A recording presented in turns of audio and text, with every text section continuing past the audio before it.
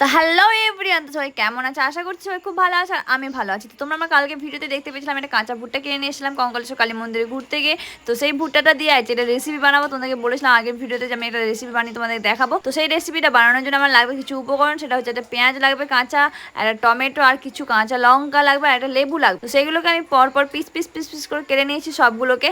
দেন এখানে আমি ভুট্টাটাকে দেখো খুব ভালো করে ছাড়িয়ে নিচ্ছি। ছাড়িয়ে নেওয়ার পরে যে রুয়াগুলো এসেছিলো সেগুলো দিয়ে আমি গোপ বানিয়ে নিলাম। অ্যাকচুয়ালি ছোটবেলায় আমরা অনেক নিয়ে এটা খেলা করছি। তোমরা কে কে নিয়ে খেলা করছো এরকম ভাবে সেটা আমি কমেন্টে অবশ্যই জানিও। তারপর দেখো আমি এখানে কুকার নিয়ে নিয়েছি, কুকারে 1 কাপের মতো জল নিয়ে নিয়েছি আর একটু হলুদ নুন দিয়ে দিয়েছি। দেন এটাকে একটা সিটি মেরে নেবো। সিটি মেরে নেওয়ার পরে নামিয়ে নিয়েছি। দেন এটাকে ভালো করে কোয়াগুলো ছাড়িয়ে নেওয়ার পরে এটাকে আমি পেঁয়াজ লঙ্কা যেগুলো আমি কেটেছিলাম সেগুলো একসঙ্গে মিক্স করে নেবো। দেন স্বাদ মতো আবার একটু নুন দিয়ে দেবো, একটু লেবুর রস দিয়ে মাখিয়ে নেবো ভালো করে। তারপরে এটাকে দেখো মাখানোর পরে যা টেস্ট হয়েছিল, এখানে আমি খাচ্ছিলাম, তো দিদিও চলে এসেছে বাবুকে নিয়ে। আমি ওকে বলে আমি টেস্ট করে দেখ, তো ও বললো খেয়ে নাকি হেভি লেগেছে। তো আজকে আমাদের ভিডিও এতটাই ভালো লাগলে লাইক কমেন্ট টাটা subscribe my channel. Thank you for